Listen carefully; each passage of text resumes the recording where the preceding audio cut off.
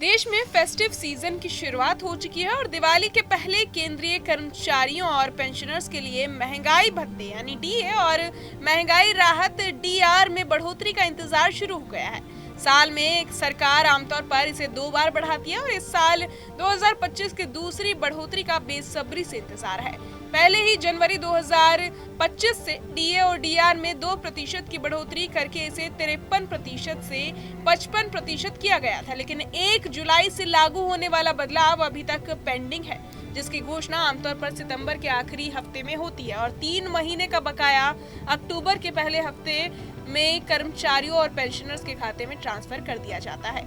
इस बार भी उम्मीद जताई जा रही है कि दिवाली से पहले ही सरकार बड़ा ऐलान कर सकती है। केंद्रीय सरकारी कर्मचारियों और श्रमिक परिसंघ ने भी वित्त मंत्री निर्मला सीतारमण को पत्र लिखकर जल्द निर्णय लेने की मांग की है। उन्होंने कहा कि 1 जुलाई से लागू होने वाला डीए डीआर अभी तक घोषित नहीं हुआ है, जिससे कर्मचारियों और पेंशनर्स में निराशा बढ़ रही है।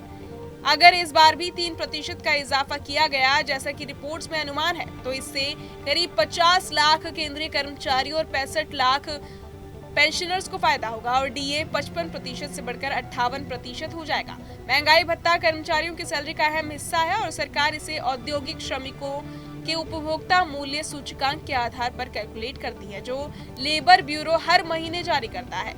इसके लिए पिछले 12 महीनों के औद्योगिक श्रमिकों के उपभोक्ता मूल्य सूचकांक यानी सीपीआई आईडब्ल्यू का औसत लिया जाता है और 7वें वेतन आयोग के फॉर्मूले के हिसाब से डीए प्रतिशत निकलते हैं। डीए प्रतिशत जो 12 महीने का औसत सीपीआई आईडब्ल्यू माइनस 261.42 डिवाइड 261.42 गुना 100।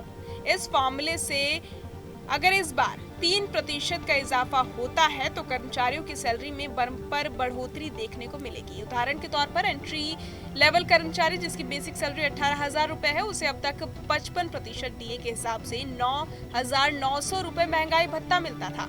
3% बढ़ोतरी के बाद 58% डीए के हिसाब से ये बढ़कर 10,440 रुपए हो जाएगा, यानी महीने में 540 रुपए का फायदा और सालाना कुल 6,480 रुपए अतिरिक्त मिलेंगे।